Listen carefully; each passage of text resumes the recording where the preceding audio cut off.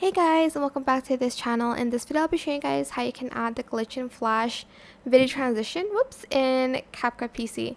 So I'm just going to select this video and I'm just going to split the clip here.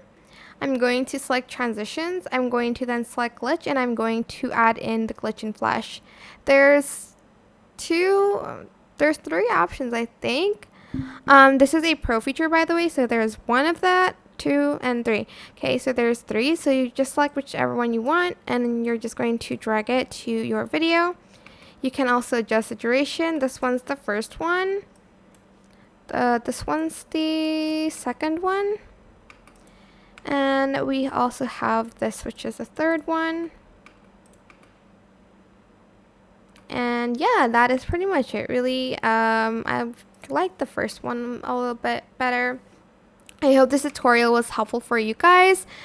Don't forget to like, comment, share, and also subscribe to this channel if you haven't done that already. If you have any more questions, just leave it in the comment section down below. I will try my best to answer them all for you guys. And if you found this video helpful, please click the thanks button above the description box down below. Thank you so much for watching. Bye!